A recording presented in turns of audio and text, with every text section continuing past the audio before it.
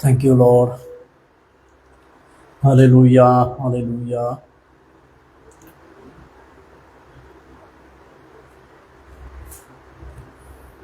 Hallelujah. धन्यवाद यीशु। धन्यवाद हो प्रभु, धन्यवाद हो प्रभु। स्तुति हो परमेश्वर, स्तुति हो परमेश्वर। तेरी महिमा हो परमेश्वर, तेरी महिमा हो परमेश्वर, तेरी महिमा हो। धन्यवाद देते हैं प्रभु, धन्यवाद देते हैं प्रभु, धन्यवाद देते हैं प्रभु। Hallelujah, hallelujah, hallelujah. जीसस। प्रार्थना करें। सर्वशक्तिमान प्रभु, हम धन्यवाद और स्तुति प्रशंसा महिमा करते हैं प्रभु। तेरी दया के लिए धन्यवाद देते प्रभु। आज के सप्ताह के लिए धन्यवाद देते परमेश्वर।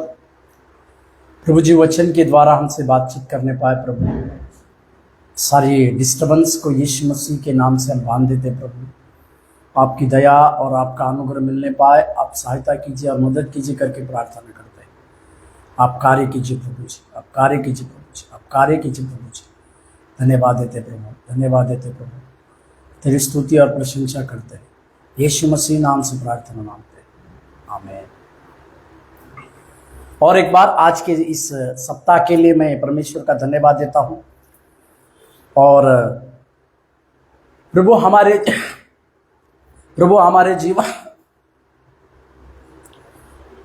हमारे जीवन में सारे भलाई के कार्य करने वाला परमेश्वर बनने पाए, क्योंकि वो भलाई का परमेश्वर है। और हमारे जीवन में सारी भली बातों को करने के लिए वो विश्वास योग्य है। मैं हमेशा एक बात कहता हूं, वो विश्वास योग्य रहने के चलते हमें उसकी सेवा करने का मौका मिला है। हम विश्वास योग्य नहीं है, परंतु वो विश्वास योग्य है। इसी के लिए परमेश्वर ने हमें इस प्रकार का अनुग्रह को दिया कि हम उसकी सेवकाई के कार्य को कर पाए। अगर जो शाऊल कलीसिया को सताता था, जो शाऊल मसीह विरोधी था, मसीह लोगों को सताकर उनको घात करने लायक उसके जीवन में कई प्रकार की बातें थी। जब दमिश्क के रास्ते से जाते समय प्रभु ने उसे अद्भुत रीति से इनकाउंटर करके शाऊल से पौल बनाया। वही पौल तिमोथी का पत्री में इसी वाक्य को लिखता है। एक वाक्य को पढ़िएगा, पहले तिमोथी की पत्री 1 अध्याय और उसके 12वें वाक्य में, 12वें वाक्य शायद, पहला तिमोथी उसका 12वां वाक्य, पहले तिमोथी का पत्री उसके पहले अध्याय और 12वें वाक्य। पहला तिमोथी 1 अध्याय 12 वाक्य। मैं अपने प्रभु मसीह यीशु का, जिसने मुझे सामर्थ्य दी है, धन्यवाद करता हूं कि उसने मुझे विश्वास योग्य समझकर अपनी सेवा के लिए ठहराया। प्रभु हमें क्या चाहता है? प्रभु हमें विश्वास योग्यता की बातों को चाहता है। और जो लोग परमेश्वर के लिए विश्वास योग्य बनते हैं, प्रभु उन्हें विश्वास योग्य समझकर अपनी सेवा के लिए ठहराता है। तो सेवा के लिए ठहराए जाने की बातों का सबसे पहला बेस अगर कुछ है तो विश्वास योग्यता। प्रभु हर एक व्यक्ति के जीवन में विश्वास योग्यता की बातों को देखते हैं। और जो परमेश्वर के लिए विश्वास योग्य व्यक्ति बनता है, उसी को उसकी सेवकाई करने का अनुग्रह मिलता है। प्रभु के नाम की महिमा और प्रशंसा होने पाए। अब्राहम से पहले, अब्राहम को विश्वास के बारे में विश्वास का पिता कहलाता है, परंतु अब्राहम से पहले विश्वास की बातें अगर हम पाते हैं तो हाबिल के जीवन में से पाते हैं।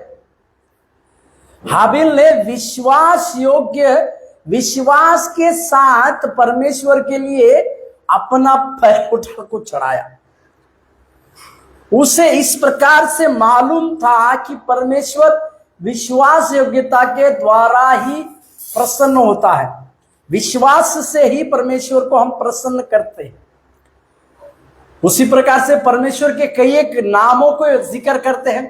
वो एल शदाय है, वो यहोवा ईरे है, वो यहोवा राफा है, वो एलोई परमेश्वर है, वो सर्वशक्तिमान परमेश्वर है, वो यहोवा शालोम है। यहोवा शालोम है। इस प्रकार के कई एक नामों को जब पुराने नियमों में परमेश्वर के देखते हैं, उसमें एक चीज जो है, उसमें यीशु हमारी चट्टान है। इसके विषय में आज मेरे शीर्षक यही है, यीशु ही चट्टान है।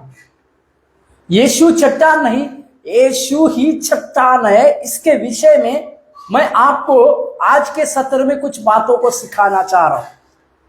जरूर पतरस को परमेश्वर ने जो आशीष को दिया, नए नियम में मेरे साथ खोलिएगा, मत्ती रचित सुसमाचार 16वें अध्याय को देखिए। मत्ती रचित सुसमाचार 16वें अध्याय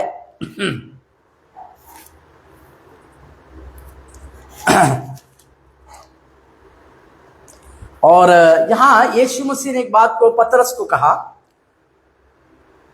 मत्ती रचित सुसमाचार 16वें अध्याय 18वां वाक्य देखिए। और मैं, यानी यीशु पतरस को कहे, मैं भी तुझसे कहता हूं कि तू पतरस है, और मैं इस पत्थर पर अपनी कलीसिया बनाऊंगा, और अधोलोक की फाटक तुझ पर प्रबल ना होंगे। 17वां वाक्य पे देखिए। यीशु ने उसको उत्तर दिया, है शमौन योना के पुत्र, तू धन्य है, क्योंकि मांस और लहू ने नहीं, परंतु मेरे पिता ने जो स्वर्ग में है तुझ पर इस बात को प्रकट कराया।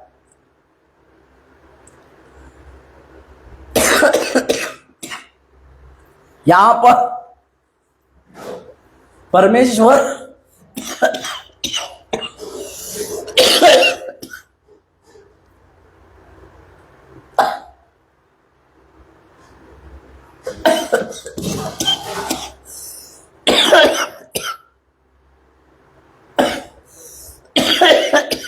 यहां पर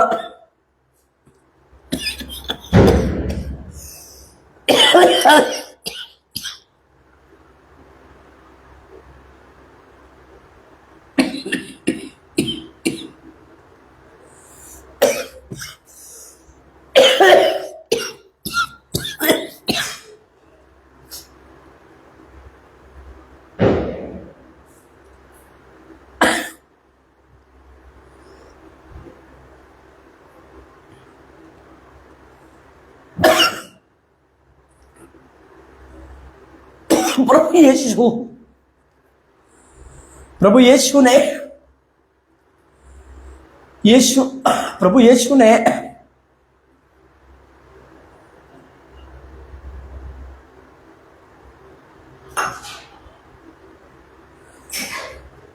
यीशु ने पतरस को शमौन कह के कहा, और शमौन का मतलब एक चट्टान। और परमेश्वर ने यीशु मसीह ने इस प्रकार का आशीष पतरस को दिया कि उसी के ऊपर मैं अपनी कलीसिया को बनाऊंगा। मतलब हर एक कलीसिया का नींव यानी चट्टान जो है प्रभु यीशु मसीह है। नए नियम की हर एक कलीसिया का चट्टान जो है प्रभु यीशु मसीह है। इस बातों को आज हम समझने पाए। और एक वचन को पढ़िएगा। ये चट्टान, ये शब्द जो है पहली बार कहां पर, पहले उसके बारे में देखते हैं हम। पहला शमूएल उसके 2 अध्याय के 2 वाक्य को देखिए। पहला शमूएल 2:2। पहला शमूएल उसके 2 अध्याय 2 वचन। पहला शमूएल 2 अध्याय 2 वचन।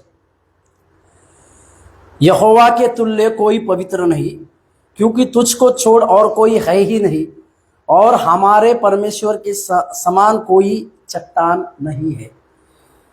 हन्ना की ये प्रार्थना है। ये वही हन्ना थी जिसके जीवन में कई प्रकार की निराशा थी, कई प्रकार की असंभव होने वाली चीजें उसके पास थी। और उस हन्ना ने परमेश्वर से प्रार्थना कर कर अपने जीवन के एक खुशहाली की बातों को प्राप्त किया।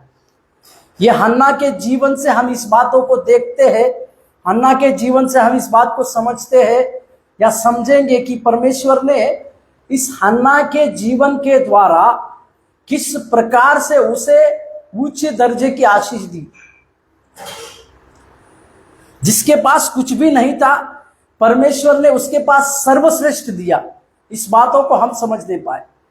इसी के लिए हन्ना वो स्त्री थी जिसने परमेश्वर से जो प्राप्त किया उसी को परमेश्वर के लिए दे दिया, और वही लड़का, वही बालक इज़राइल का सबसे पहला भविष्यवक्ता ठहराया गया। उसके बाद कई एक भविष्यवक्ता आए, और इस पहले भविष्यवक्ता की खूबी यह रही कि उसके द्वारा राजा नियुक्त किए गए। इसी शमूएल के द्वारा इज़राइल का पहला राजा शाऊल नियुक्त किया गया, अभिषिक्त कर कर। फिर दाऊद नियुक्त किया, अभिषिक्त कर कर। मतलब उसकी मां ने, उस हन्ना ने परमेश्वर से प्राप्त किया था, जो चीज प्राप्त किया था उसी को परमेश्वर को देने के चलते परमेश्वर ने उसे आशीषों का भंडार के द्वारा काम किया। पवित्र शास्त्र बतलाती है शमूएल के बाद भी परमेश्वर ने उसकी कोख को खोला और उसे और बच्चों को दिया। उसी हन्ना की प्रार्थना है ये। वो उस प्रार्थना की कहती है कि वो परमेश्वर को कहती है कि परमेश्वर के तुल्य कोई पवित्र नहीं है। दूसरा, उस परमेश्वर को छोड़ और कोई परमेश्वर नहीं है। तीसरा, परमेश्वर के समान कोई भी नहीं है। चौथी चीज, परमेश्वर के समान दूसरी चट्टान नहीं है। चट्टान का मतलब, चट्टान उसे कहते हैं जिसके पास जाने से हम सुरक्षित महसूस करते हैं, अपने आप को सुरक्षित महसूस करते हैं। साथ ही साथ वो चट्टान जो है हमें कई प्रकार की बाधाओं से हमें बचाने की शक्ति रखती है। ये सारी चीजें जो है इसी में सम्मिलित है। परंतु चट्टान ये शब्द पहली बार व्यवस्था विवरण उसके 32 अध्याय के 4 वचन में प्राप्त है। व्यवस्था विवरण 32:4।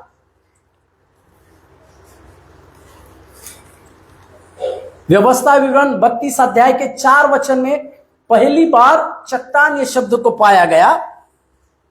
वह चट्टान है, उसका काम कर रहा है और उसकी सारी गति न्याय की है। वो सच्चा ईश्वर है, उसमें कुटिलता नहीं, वो धर्मी और सीधा है। ये एक मूसा का गीत है।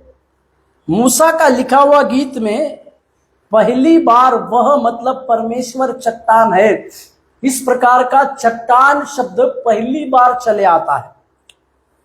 इसे हम समझने की जरूरी है कि पहली बार इस चट्टान का शब्द व्यवस्था विवरण में चले आता है। और एक वचन को देखिएगा, हबक्कूक उसका 1 अध्याय के 12वें वचन में, हबक्कूक उसका 1 अध्याय के 12वें वचन,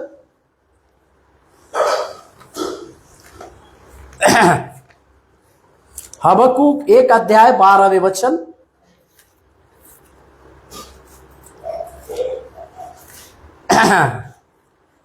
हबक्कूक 1 अध्याय और 12वें वचन में,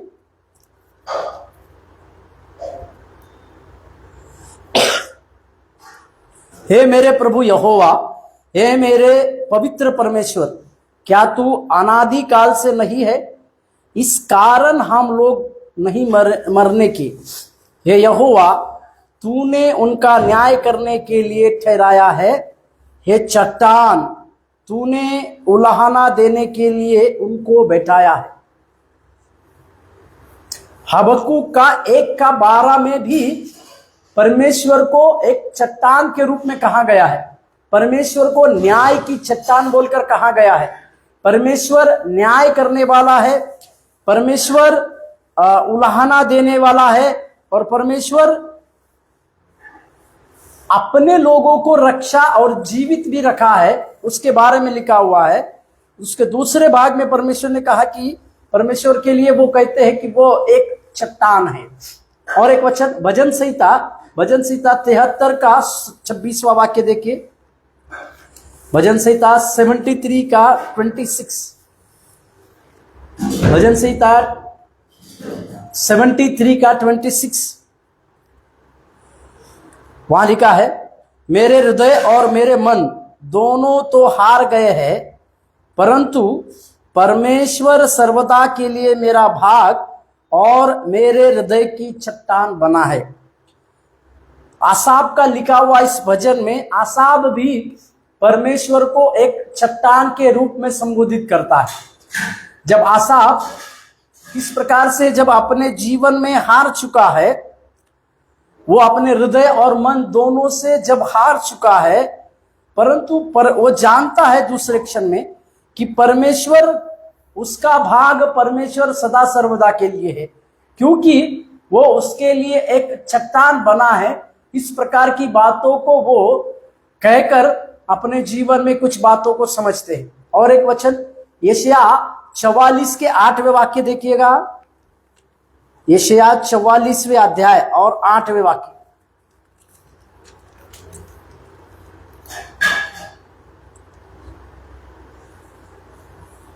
उसमें 8वें वाक्य में, मत डरो और ना भयभीत हो, क्या मैंने प्राचीन काल ही से ये बातें तुम्हें नहीं सुनाई और तुम पर प्रकट नहीं की? तुम मेरे साक्षी हो, क्या मुझे छोड़ कोई और परमेश्वर है? नहीं, मुझे छोड़ कोई चट्टान नहीं, मैं किसी और का नहीं, और को नहीं जानता। यहां पर भी प्रभु एकमात्र परमेश्वर के विषय में जब हम देखते हैं तो वहां पर भी एक जिक्र किया गया है, परमेश्वर मेरी चट्टान है। मतलब इस प्रकार से चट्टान के बारे में व्यवस्था विवरण से पहले शब्द के द्वारा जो बातें चली आई, वो सारी बातों को हम देखते। और एक जगह पे राजा दाऊद भी इस प्रकार से कहते कि यीशु मसीह मेरी चट्टान है और मेरा ऊंचा गढ़ है बोलकर। भजन संहिता 76 शायद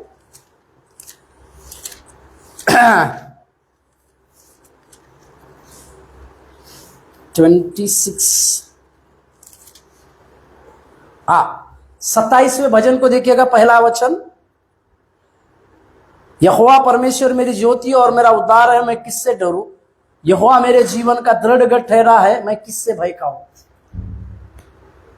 इस चट्टान के बारे में इतनी बातों को जब हम पवित्र शास्त्र में पढ़ते हैं, जानकारी प्राप्त करते हैं, तो हमें और चीजों को समझने की आवश्यकता है और जानकारी लेने की आवश्यकता है।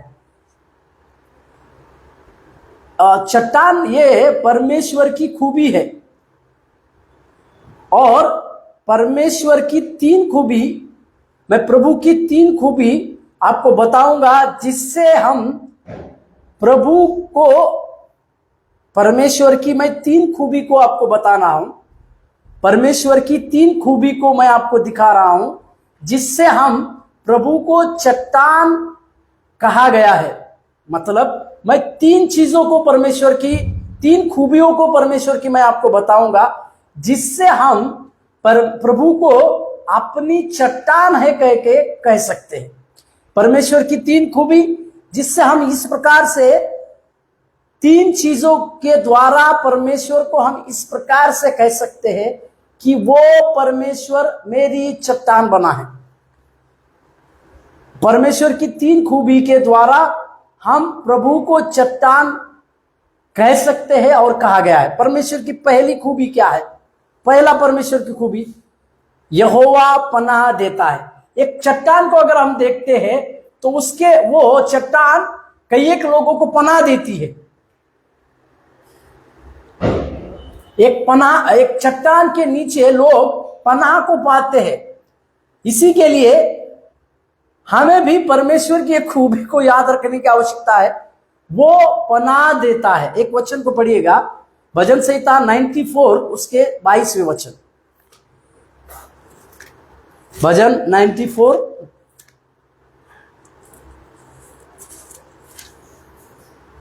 22, परंतु यहोवा मेरा गढ़ और मेरा परमेश्वर मेरी शरण की चट्टान ठहरा है। प्रभु के नाम की महिमा प्रशंसा हो।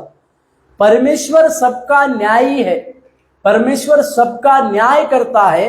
इसके विषय में जब भजनकार कुछ बातों को लिखता है तो उस बातों में एक बहुमूल्य बात वो कहता है, वो ये कि परमेश्वर, यहोवा परमेश्वर उसका एक गढ़ है। परमेश्वर उसका गढ़ है और साथ ही परमेश्वर उसका शरण और चट्टान ठहरा है। इसका मतलब जैसे मैंने कहा, परमेश्वर यानी यहोवा पनाह देता है। एक पनाह मतलब एक सुरक्षित जगह जहां पर हम अपने आप को सुरक्षित महसूस करते हैं, वो खूबी परमेश्वर के पास है। इसी के लिए वो चट्टान कहलाने के लिए योग्य परमेश्वर है। और एक वचन देखिएगा, एजिकेल 34 अध्याय, एजिकेल उसका 34 अध्याय 25 और 26 देखिए।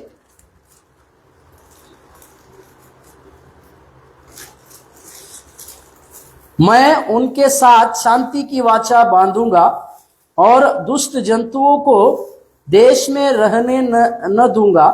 अतः वे जंगल में निडर रहेंगे और वन में सोएंगे। मैं उन्हें अपनी पहाड़ी के आसपास के स्थानों की आशीष का कारण बना दूंगा और मेघ को मैं ठीक समय में बरसाया करूंगा और वे आशीष की वर्षा होगी। प्रभु के नाम की महिमा और प्रशंसा हो। यहां पर भी परमेश्वर जो है अपने लोगों को किस प्रकार से अपने पास रखकर, अपनी पनाह को देकर किस किस प्रकार की आशीषें, किस किस प्रकार के बड़ी बड़ी आशीषों को देगा, इसके विषय में लिखा हुआ है। इसका मतलब वो परमेश्वर हमें पनाह देता है तो हमारी सुरक्षा करता है, हमारी रक्षा करता है, हमें आशीषित होने के लिए वो अपने पास रखता है। इसको हम समझने की जरूरी है। इसीलिए यहोवा पनाह देता है, इसके बारे में आप और हम समझने की आवश्यकता है। परमेश्वर की दूसरी खूबी, यहोवा भरोसे के लायक। हालेलुया, यहोवा भरोसे के लायक है। उसके लिए यशायाह 26 अध्याय को निकालेंगे।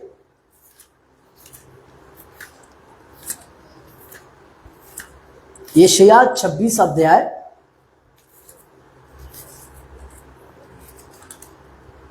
3 और 4 वचन देखिए।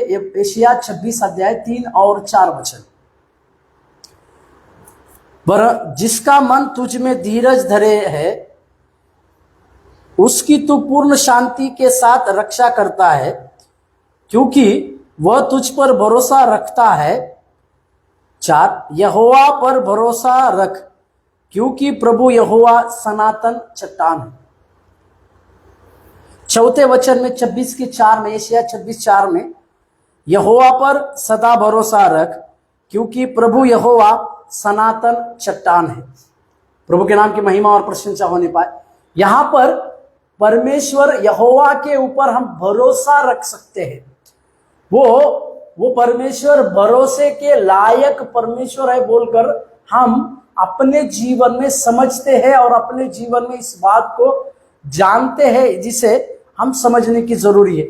और एक वचन देखिएगा, 2 शमूएल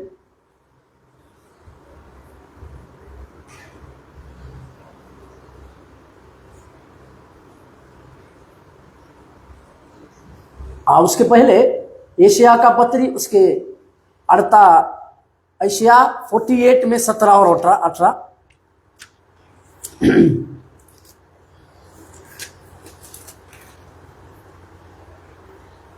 एशिया 48 17 18। यहोवा जो तेरा छुड़ाने वाला और इज़राइल का पवित्र है, वह यो कहता है, मैं ही तेरा परमेश्वर यहोवा हूं, जो तुझे तेरे लाभ के लिए शिक्षा देता हूं और जिस मार्ग से तुझे जाना है उसी मार्ग पर तुझे ले चलता हूं। भला होता कि तूने मेरी आज्ञाओं को ध्यान से सुना होता, तब तेरी शांति नदी के समान और तेरा धर्म समुद्र के लहरों के समान होता। यहां पर इस बात को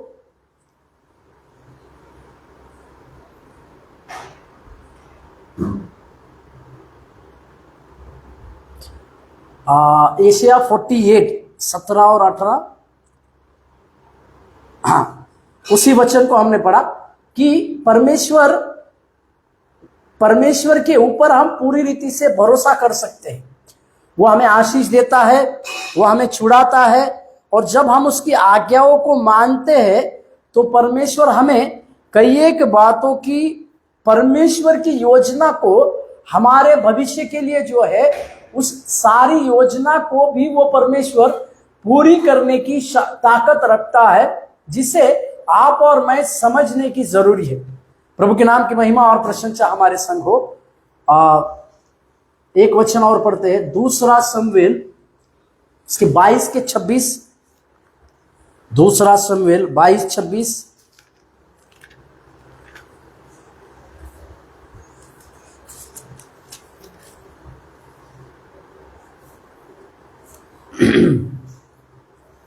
दयावंत के साथ तूने अपने को दयावंत दिखाया, खरे पुरुष के साथ तू अपना करा दिखाता है। यहां पर प्रभु जो सच्चे व्यक्ति है, जो अच्छे लोग हैं, उनके साथ प्रभु किस प्रकार से अपने कार्य को करता है, उस बातों को यहां पर हम देखते हैं। क्योंकि इसमें खरे के साथ खराई की बातों को करने वाला परमेश्वर है, दया करने वालों के साथ दयावंत की बातों को करने वाला परमेश्वर। इसी के लिए हम भी इस बात को समझने की आवश्यकता है, हम भी इस बात को जानने की आवश्यकता है कि वो परमेश्वर ही है जो हमारे जीवन की जो खरे पुरुष है उनको खराई के साथ चलने के लिए प्रभु कार्य करता है, जिसे हम और आप समझने की आवश्यकता है। इसी के लिए वो परमेश्वर भरोसे के लायक है, वो परमेश्वर भरोसा करने के लायक है। इस बातों को हम समझ ले पाए। इब्रानी की पत्री उसके 6 के 10वें वचन को देखिए, इब्रानी 6:10।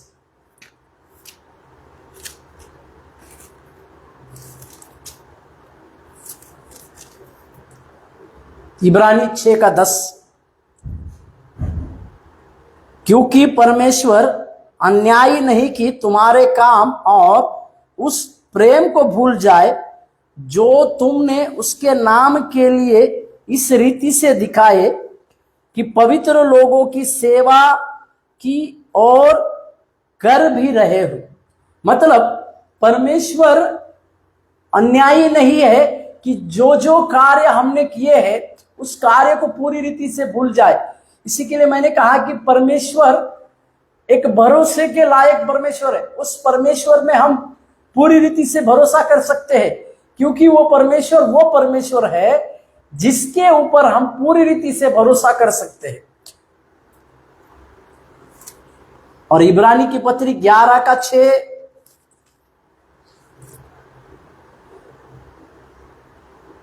और विश्वास बिना उसे प्रसन्न कर रहा अनहोना है, क्योंकि परमेश्वर के पास आने वालों को विश्वास करना चाहिए कि वह है और अपने खोजने वालों को प्रतिफल देता है। मतलब परमेश्वर में हम जो कुछ काम करते हैं प्रभु उसका प्रतिफल देता है। जो दया के साथ रहते हैं वो दयावंत को परमेश्वर दया की बातों को देता है। जो खराई के साथ चलते हैं परमेश्वर उन्हें खराई का प्रतिफल देता है। यहां तक कि जो विश्वास के साथ परमेश्वर के पास आते हैं, परमेश्वर उनके लिए या परमेश्वर उनको विश्वास का प्रतिफल भी देता है। इस बातों को आप और हम समझने की जरूरी है।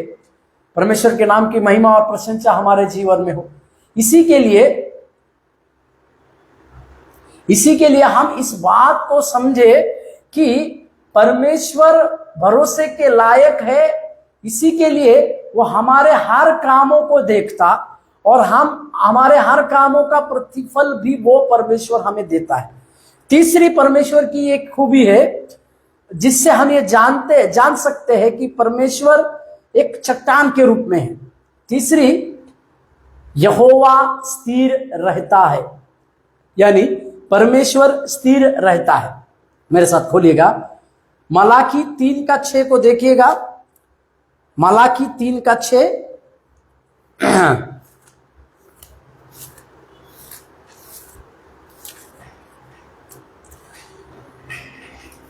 मलाकी 3 का 6। क्योंकि मैं यहोवा बदलता नहीं, इस कारण ए याकूब की संतान तुम नष्ट नहीं हुए। यहां पर शब्द लिखा है वो बदलता नहीं, परमेश्वर बदलता नहीं है।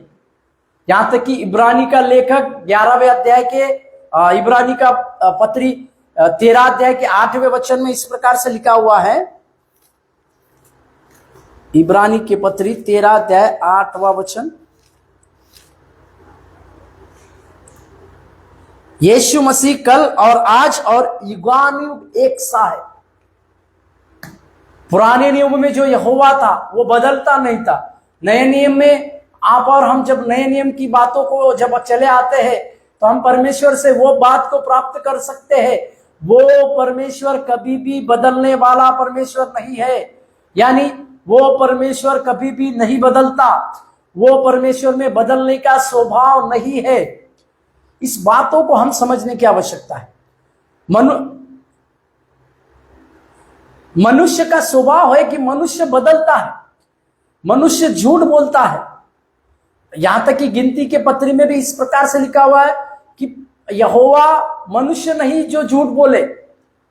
बदलने का स्वभाव मनुष्य का है, परंतु परमेश्वर कभी भी झूठ नहीं बोलते, परमेश्वर कभी भी नहीं बदलता। इस बातों को हम समझ नहीं पाए। दूसरे तिमोथी 2 अध्याय के 13वें वाक्य को देखिए। दूसरा तिमोथी 2 का 13,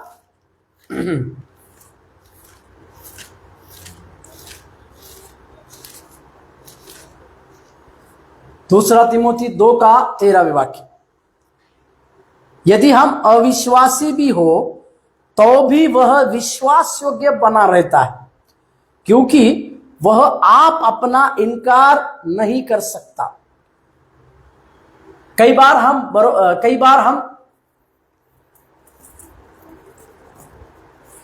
हम विश्वासी होने के बावजूद अविश्वास की बातें हमारे अंदर चले आने के द्वारा हम परमेश्वर से दूर चले जाते हैं।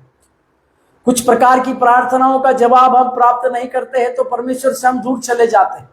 पर पौलुस इस प्रकार से लिखता है कि हम जब अविश्वासी की तरह बन भी जाते हैं तो भी वह विश्वास योग्य बना रहता है। इसका मतलब हम अविश्वासी के जैसा जीवन बिताने के बावजूद भी परमेश्वर हमारे लिए विश्वास की बातों को करता है, या परमेश्वर हमारे लिए विश्वास की बात को अपनाता है और वो एक विश्वास योग्य तरह की बातों को करता है। और साथ ही साथ जब वो हम उसके पास चले आते हैं, जब हम उस परमेश्वर के पास चले आते हैं तो वो परमेश्वर हमारा कभी भी इनकार नहीं करता। जब हम सच्चे मन के साथ, पश्चाताप मन के साथ हम परमेश्वर के पास चले आते हैं तो वह परमेश्वर हमारा इनकार कभी भी नहीं करता। इस बात को आप और हम समझने की जरूरी है। इस बात को आप और हम जानने की जरूरी है कि वो परमेश्वर जो है, हम उसका इनकार करने के बाद भी वो हमारा इनकार नहीं करता। और एक वचन भजन संहिता 62 के 6 और 7 को देखिएगा। भजन संहिता 62 उसके 6 और 7, सचमुच वही मेरी चट्टान और मेरा उद्धार है, वो मेरा गढ़ है, इसीलिए मैं न डिगूंगा। हे उद्धार और मेरी महिमा का आधार परमेश्वर है। यहां पर भी हम इस बात को देखते हैं कि वो स्थिर रहने वाला परमेश्वर है। इसी के लिए राजा दाऊद भी अपने जीवन में इस बात को कहते हैं कि वो सचमुच में मेरी चट्टान है, इसी के लिए मैं किसी चीज को नहीं डगमगाऊंगा, भले कोई भी किसी भी प्रकार की चीजें क्यों ना हो, वो मैं उस परमेश्वर के लिए नहीं डगमगाऊंगा बोल के राजा दाऊद लिखते हैं। इसी के लिए इस गीत को भी हम गाते हैं, प्रभु यीशु मेरी ज्योति और वो ही है मेरा उद्धार, मेरे जीवन का गढ़ है वो ही, मैं किसी से नहीं डरूंगा, मेरे जीवन का गढ़ है वो ही, मैं किसी से नहीं डरूंगा। इस बात को हम और आप समझ नहीं पाए कि परमेश्वर जो है स्थिर रहने का ताकत रखता है। जैसे मैंने कहा कि हम अविश्वासी के जैसे होने के बावजूद भी वो विश्वास योग्य बना रहता है। इसी के लिए उस उड़ाऊ पुत्र की कहानी के उस संक्षिप्त भाग को हम ध्यान देने की आवश्यकता है। जब उड़ाऊ पुत्र ने अपने मन में इस प्रकार की बातों को सोचा, 4 प्रकार के निवेदनों को उड़ाऊ पुत्र जो है परमेश्वर से, 4 प्रकार के निवेदनों को मेरे साथ खोलिएगा। लूका रचित सुसमाचार 15वें अध्याय, लूका 15वें अध्याय को दिखाई गए। उस उड़ाऊ पुत्र की कहानी ये कभी कभी हमें भी इस प्रकार से कुछ प्रेरणादायक बातों को दिखती है। लूका रचित सुसमाचार 15वें अध्याय में वो 4 प्रकार की प्रार्थना नहीं कह सकते हैं, 4 प्रकार के असाइनमेंट वो देता है, करता है। मेरे साथ खोलिए 18वें वचन 17-18। जब वो अपने आपे में आया तब कहने लगा, मेरे पिता की कितने ही मजदूर को भोजन से अधिक रोटी मिलती है और मैं यहां भूखा मर रहा हूं। 18, मैं अब उठकर अपने पिता के पास जाऊंगा। पहली चीज वो निवेदन लिखा है, मैं मेरे बाप के पास चला जाऊंगा और उससे कहूंगा स्वर्ग के विरुद्ध और तेरी दृष्टि में। दूसरा, स्वर्ग के दृष्टि में पाप किया है। तीसरा, तेरी दृष्टि में पाप किया है। चौथा, इस योग्य नहीं रहा कि तेरा पुत्र कहलाऊं। चौथी चीज, मजूर के समान रहने की उसकी बातों को हम देखते हैं। ये 4 प्रकार का जो है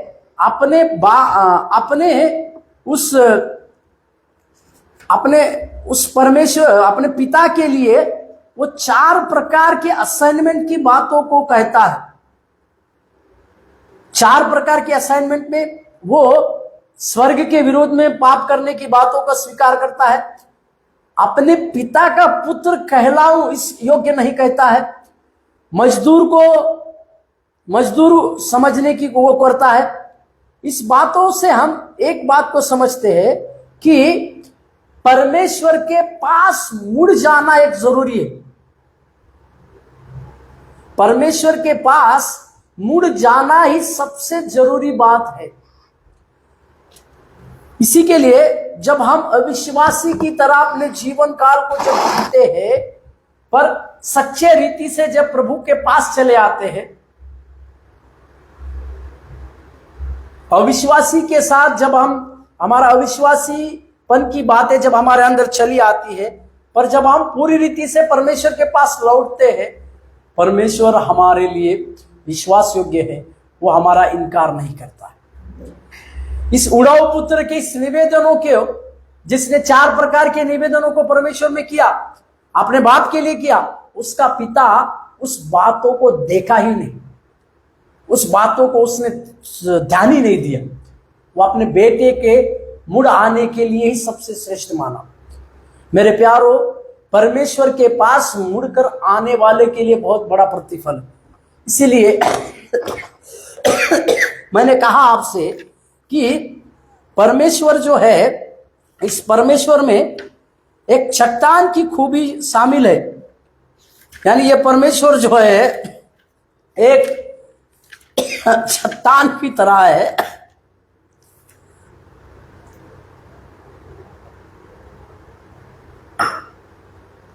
जैसे एक चट्टान है,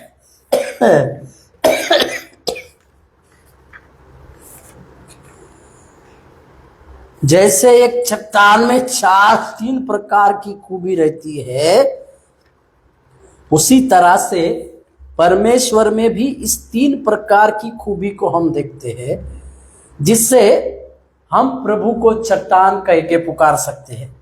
एक चट्टान हमें पनाह को देती है, उस चट्टान के ऊपर हम भरोसा कर सकते हैं क्योंकि गिरेगा नहीं और वो स्थिर रहता है। हमारे परमेश्वर में भी ये 3 खूबी है। वो पनाह देता है, वो भरोसे के लायक है और वो स्थिर रहता है।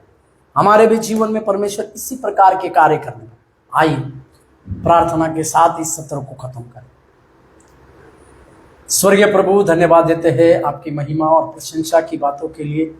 आप भले और विश्वास योग्य परमेश्वर हैं। हम इस बात को कबूल करते हैं, आप हमारी चट्टान हैं। हम आपके ऊपर भरोसा रखते हैं, आप हमें पनाह देते हैं और आप स्थिर परमेश्वर हैं। इन तीनों बातों को हम हमारे जीवन में स्वीकार करते हैं। प्रभु जी, आप सहायता किए, इसी के लिए धन्यवाद। आपकी बड़ी दया के लिए धन्यवाद, आपके बड़े अनुग्रह के लिए धन्यवाद, आपके बड़े कार्य के लिए धन्यवाद। धन्यवाद के साथ इस सत्र को आपके हाथों में देते हैं। आपने धन्य दया दिखाया, इसके लिए धन्यवाद। आदर महिमा आपको देते हैं। यीशु मसीह के नाम से प्रार्थना को मांगते हैं प्रभु जी, आमीन आमीन। प्रभु आपको आशीष देने पाए। धन्यवाद।